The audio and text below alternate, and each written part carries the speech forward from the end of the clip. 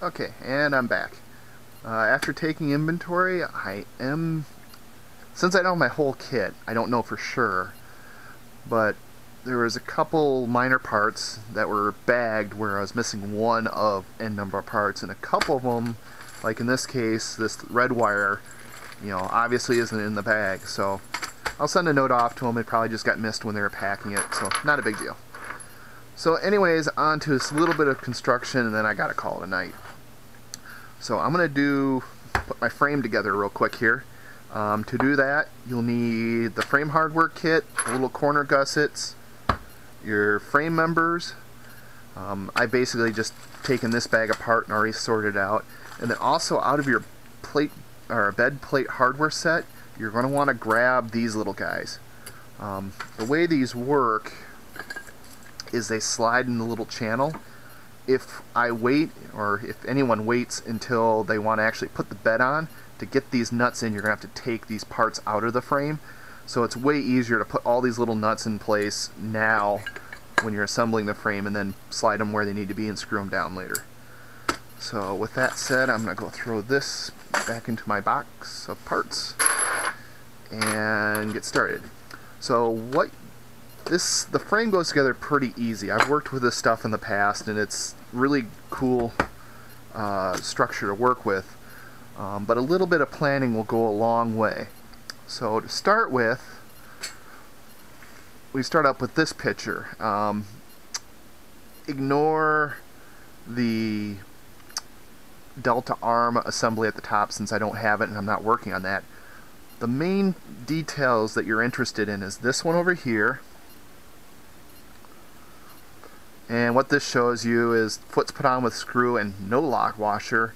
The gussets are put on with channel nuts, lock washer, which is number 20, nuts, and the little brackets. The brackets go on the bottom, both there and up at the top. Top, we have the plastic goes on with channel nuts, so again, you want to put those channel nuts in early. The other important bit of information on this print is this dimension. Normally folks would dimension from the top of this surface to the bottom of the surface up above, since that is the important dimension they're trying to keep fixed, but this works as well since we know these are 500 millimeters and these are 20. I'll go through what little math you need to do there in a second. What's missing from this picture that I really wish was there is nowhere in any of these pictures does it show all the channel nuts so you can put them in ahead of time. So I made this little cryptic diagram of where all the channel nuts are. So on the top ring here, there's 3 on the very top to hold this plate, which you can see here, here, here, here, and here. Not also shown is per side there's 2 channel nuts for the corner gussets, so 1, 2, 3, 4 going into this top ring. Not shown in this picture, but I know I need it for a later step, is at least 1 channel nut for the extruder so it can hang off the side.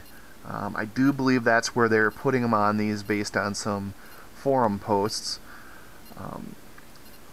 When I do all the math, I end up with 2 extra channel nuts that aren't accounted for, so I'm putting 2 on one side for the extruder. I think it only needs 1, or for the weight. Yeah, it's the weight extruder, not the extruder head, but the filament feeder. On this bottom ring here, obviously you need 2 per rail segment to put these corner brackets in. Not shown is on the top you need 2 per segment for the hotbed mounting, and also not show you need 2 in the front to mount the up-looking camera assembly. So on this you see -2, -2, -2 for the bottom, then 2, 2, 2, and 4 on the front on the top surface. And then lastly you need 2 per vertical segment to mount that and that into the vertical segment. So that's this little notepad. Now on these, all the math has been done to set up the delta mechanism to a specific distance from the top plate. They mentioned this distance is 50. So right about there. That works, but I'm going to make a quick jig, which is basically just a board cut to the proper length to fit between the top and this surface. So I can just bolt these tops flush, put my jig in there, and then bolt the bottom quick. That said, the gussets go right here, so that might not be such a good idea. Yeah, I think I'll still go that way. But anyways, to do the math, we know these are 20, these are 500, so it's just a matter of 500 minus 20 minus 20, these two pieces, and then minus this 50. 410. As you can see, I already did this once. So we want this to be, hey, look at that, 410. So I'm going to go quick cut a board for that spacer and unwrap all these guys. I'll probably just fast forward through all that, and then we can get assembling.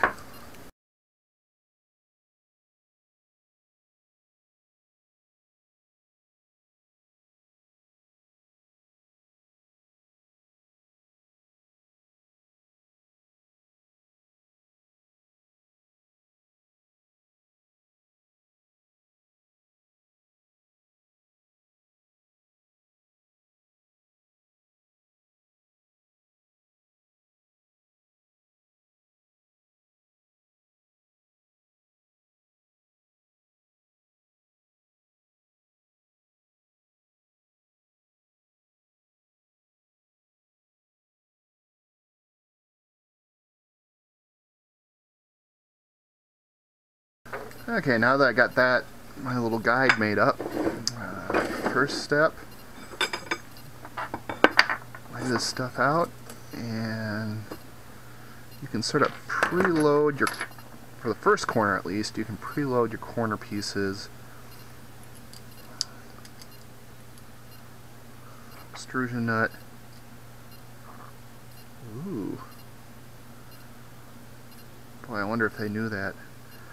So these are the nuts they supplied to put this on, and it said use a lock washer, but if you notice, come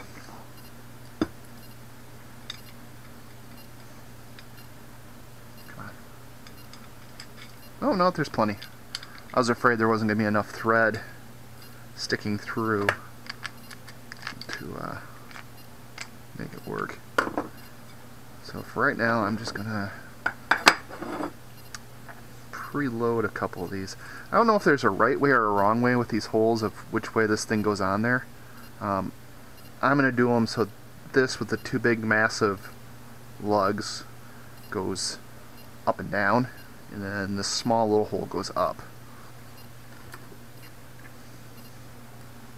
No particular reason for that.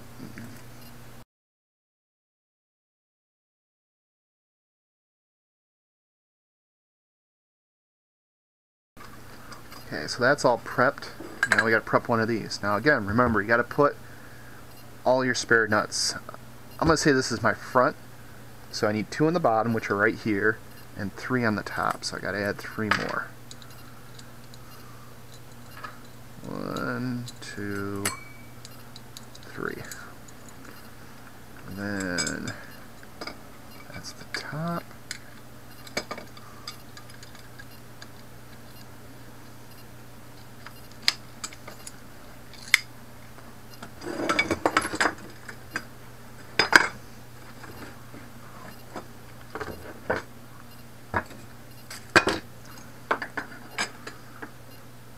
What you want to do is use a square of some sort and get this surface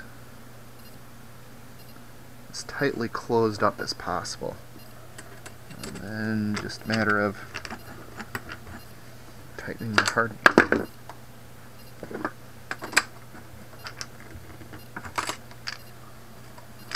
Also make sure it's shoved in this way as best you can.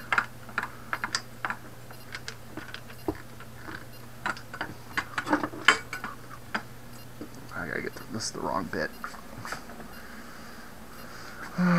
Metric.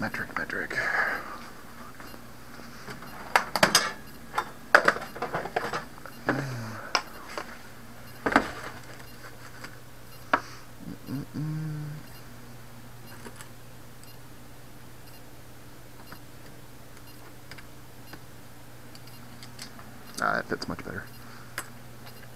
So again, make sure you're nice and flush up here. Make sure this joint is squeezed together best you can. Also, when it's laying flat like this, make sure this is flat and this is flat as best as possible. So I'm just using this screwdriver handle to sort of get them close, and then I'll use a standard Allen wrench set to really crank them home.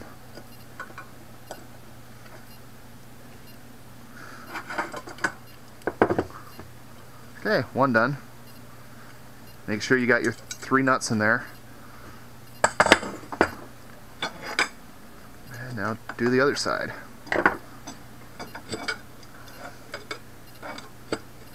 And note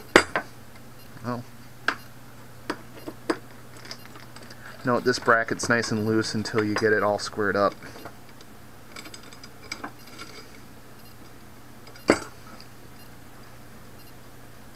Except for where I spun the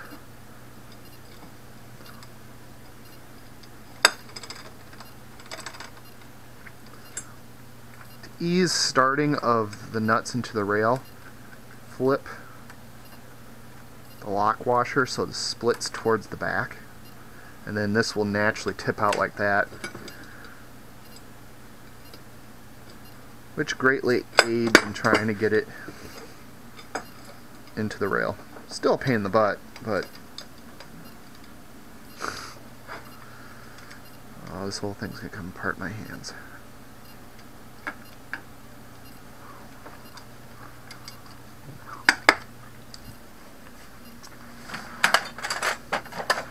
Pokey tools, or dental picks, best pokey tools in the world.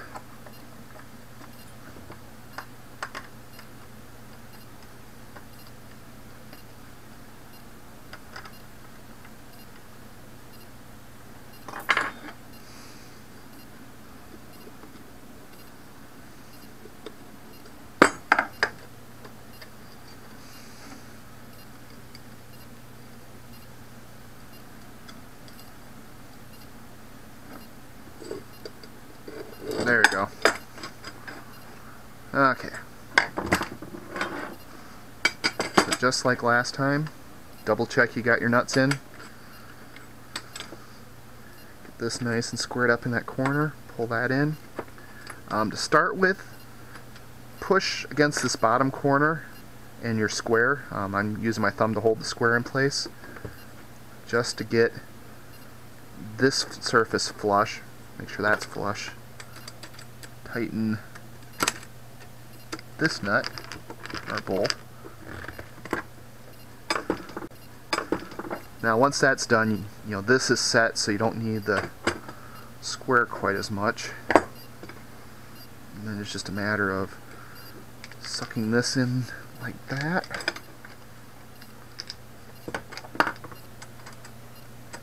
And tightening this nut.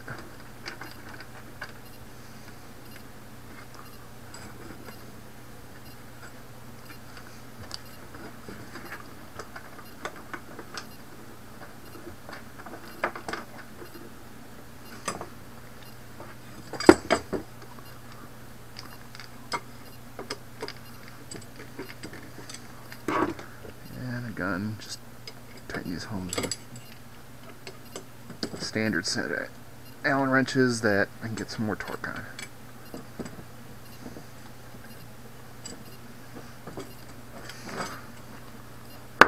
Okay, so I got a U. So a U with 3 captive